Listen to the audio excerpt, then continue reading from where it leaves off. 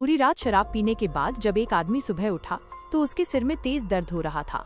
उसने करवट लेकर देखा तो उसके पास एक मरा हुआ चूहा पड़ा था। वो घबरा गया। थोड़ी ही देर में उसे समझ आ गया कि वो किसी तिजोरी जैसे बंद कमरे में कैद है। वहाँ एक मोटा लोहे का दरवाजा था और एक भारी लोहे की अलमारी। कमरे में बहुत सी मक्खियां भिनभिना रही थीं, कुछ उस मरे हुए चूहे पर मंडरा रही थीं। उसने अपनी घड़ी देखी, सुबह के 9 बज चुके थे। उसने दरवाजा खोलने की बहुत कोशिश की लेकिन कोई फायदा नहीं हुआ। वो दरवाजा पीटने लगा, चिल्लाया, मदद मांगी, पर बाहर से कोई जवाब नहीं आया। उसे बिल्कुल याद नहीं था कि वो यहाँ कैसे पहुँचा। कुछ देर बाद उसे पेशाब की जोरदार जरूरत महसूस हुई।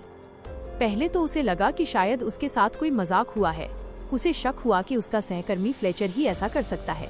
वो गुस्से में बोलने लगा कि बाहर निकलकर उसे नौकरी से निकाल देगा। लेकिन समय बीतता गया और बाहर किसी की आहट तक नहीं हुई। उसने जेब से फोन निकालकर फ्लेचर को कॉल मिलाई, मगर वहाँ कोई सिग्नल नहीं था। मतलब साफ था, बाहरी दुनिया से उसका संपर्क पूरी तरह टूट चुका था। उसने अलमारी खोलने की कोशिश की, मगर वो भी बंद थी। उसने कमरे में छिपे कैमरे ढूंढे, लेकिन कुछ नहीं मिला। अब उसकी झुंझलाहट गुस्से में बदल गई। उसने बेल्ट निकालकर दरवाजा पीटना शुरू कर दिया, लेकिन वो पहले से ही भूखा था, इसलिए ज्यादा देर तक ताकत नहीं लगा पाया। उसने धमकी दी कि बाहर निकलते ही सबको पुलिस के हवाले कर देगा, मगर सन्नाटा जस का तस रहा। एक पूरा दिन बीत गया। जब वो नींद से उठा और फोन देखा तो वो हाथ से गिरकर टूट गया। अब न खाना था न पानी। जिंदा रहने के लिए उसे कुछ तो करना था। उसने मजबूरी में जूते में पेशाब किया और वही पी लिया। अकेलापन, भूख और प्यास उसे पागल बना रहे थे। तभी उसकी नजर ऊपर लगी ट्यूबलाइट पर पड़ी, जहां उसे एक चाबी फंसी दिखाई दी। उसने लाइट तोड़ी और चाबी निकाल ली। उस चाबी से अलमारी खुल गई। अंदर उसे 2 ऑक्सीजन के कनस्तर और कुछ औजार मिले, जिनमें हथौड़ी भी थी। उसने औजारों से दरवाजा तोड़ने की कोशिश की, मगर दरवाजा टस से मस नहीं हुआ। उसने वेल्डिंग मशीन से उसे जलाने की कोशिश की, लेकिन उसे उसका इस्तेमाल ठीक से नहीं आता था। वेल्डिंग की आग देखकर उसके दिमाग में ख्याल आया कि फायर अलार्म चालू कर दे ताकि पानी मिल जाए, मगर अलार्म नकली निकला।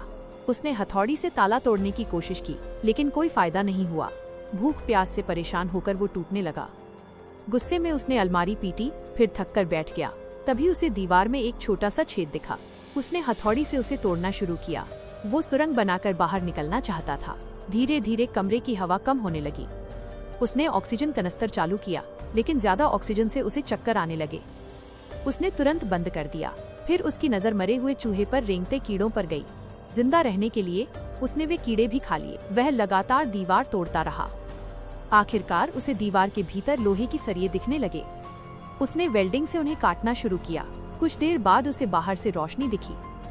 वो खुश हो गया। छेद इतना बड़ा हो गया कि वो निकल सके। लेकिन जैसे ही वो बाहर गया, उसके होश उड़ गए। वो किसी खुले संसार में नहीं, बल्कि एक और वैसा ही कमरे में पहुंचा था। उसकी सारी मेहनत बेकार गई। वो निराश होकर दरवाजा पीटने लगा।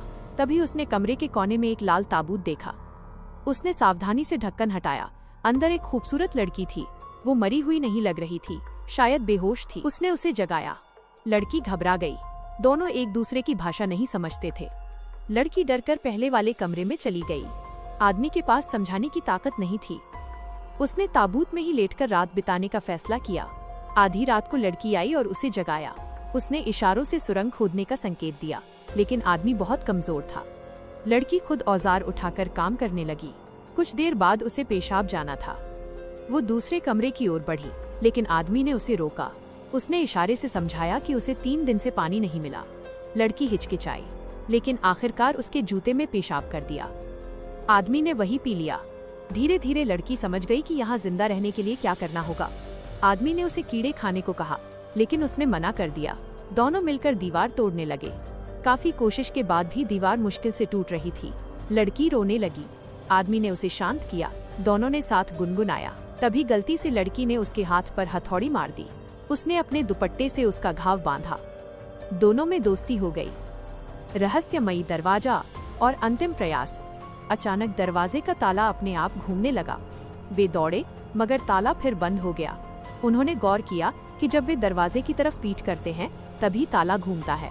धीरे धीरे पीछे मुड़कर चलते हुए वे दरवाजे तक पहुंचे और आखिरकार दरवाजा खुल गया। वे तीसरे कमरे में पहुंचे। वहां भी वही हाल, एक खाली कब्र और लोहे का दरवाजा। उन्होंने औजार उठा लिए, लेकिन दरवाजा नहीं खुला। अब उनके पास कब्र खोदने के अलावा रास्ता नहीं था। आदमी बेहद कमजोर हो चुका था। उसे बुखार आने लगा। उसे एहसास हुआ कि जिसने उन्हें कैद किया है वो चाहता है कि वे एक दूसरे को मार दें। शायद बाहर निकलने के लिए एक की मौत जरूरी है। आदमी ने लड़की को मारने का सोचा, मगर कर नहीं पाया। उसने खुद कब्र में लेटकर मरने का इंतजार करना शुरू कर दिया। लड़की ने उसे थप्पड़ मारे, जगाने की कोशिश की, फिर उसे बाहर निकालकर जमीन पर लिटाया। वो दरवाजे पर चिल्लाई, मगर कोई जवाब नहीं आया। आखिरकार उसने अपने आंसुओं से उसकी प्यास बुझाई। रात भर उसने उसे जगाए रखा। सुबह आदमी ने देखा कि लड़की उसके पास सो रही है। वो रेंग कर ताबूत से कपड़ा लाया और उसे ओढ़ा दिया। तभी फिर ताले की आवाज आई। वे फिर दरवाजे की तरफ पीठ करके बढ़े। इस बार दरवाजा सचमुच खुल गया। बाहर का दृश्य अद्भुत था। हरियाली, झरने, पक्षियों की आवाज, रंग बिरंगे फूल, जैसे स्वर्ग हो। दोनों ने एक दूसरे को देखा और मुस्कुरा दिए। इतनी पीड़ा के बाद आखिर उन्हें आजादी मिल ही गई। अब सोचो, अगर तुम ऐसी किसी बंद जगह में फंस जाओ तो किसके साथ रहना चाहोगे? कमेंट में जरूर बताइएगा। धन्यवाद।